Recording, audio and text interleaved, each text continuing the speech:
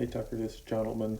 Just wanted to give you a little bit of feedback on the things that I'm seeing. Okay, the difference in these two videos is very, very slight. And so I'll be curious to know if you can feel any differences here. And I'm going to show you this angle, and then I'll go back and make a second video and show you the other angle. But both of these, I've got obviously the one from Baylor. When we're throwing a little harder, I've got you at front foot strike about right here. So now's when we're in the ground, and it's a little bit tough to tell, but we'll say right there. Okay, here, front foot is in the ground. Probably one more frame. It could be here, I'm not super sure.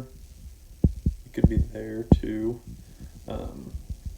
Now for both of these, like even this one on the left, I feel like we're a little bit more forward with our trunk, as if, we're angled this way. Whereas here, I feel like we're a little bit more stacked.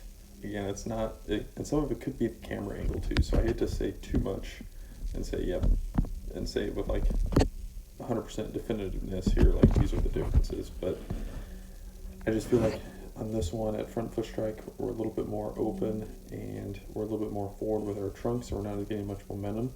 Okay, I will say too that your finish seems a little different. So like here, that front foot stays in the ground and you just kind of spin out of it.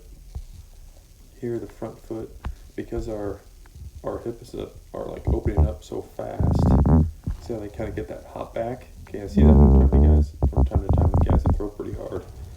That hip is pulling back so hard, which is good, that you actually hop backwards before you finish. And there's another video, I think, from behind where you're not spinning around so much, and I think it's just because your hips are rotating more effectively.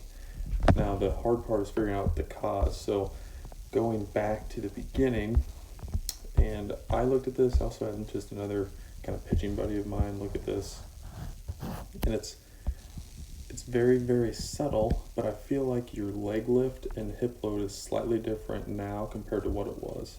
So if we look at the video here on the left, as you're lifting, you're getting just a little bit of forward momentum. So there's just a little bit of drift. You'll notice that if I drew a line up the back of your leg, okay, as we're lifting, we're getting a little bit of forward momentum. Whereas on this one, I feel like we're a little bit more straight up and down. We're not getting quite as much. Here, we're not getting quite as much. And then what you're doing is you're just like shooting your hips forward.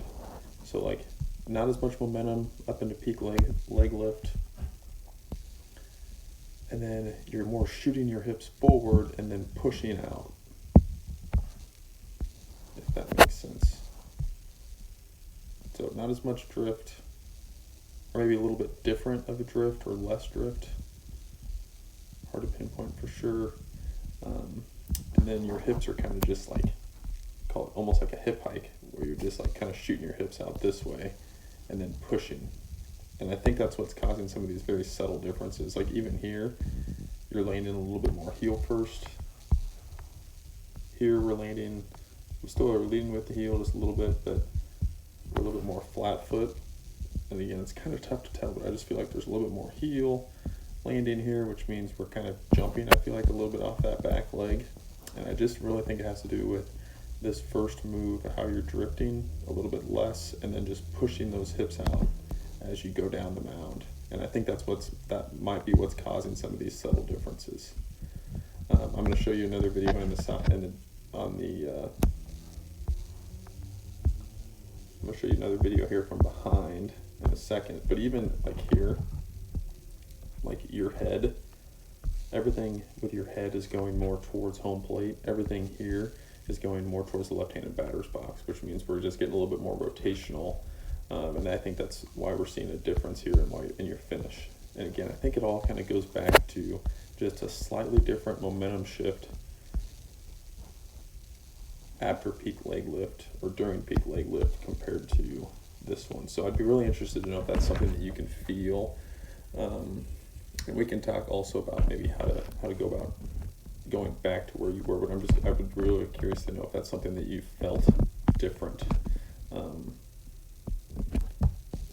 in the last few months. So anyway, that's what I got for now. Again, I'll send you another video from behind to just kind of look at it from another angle. So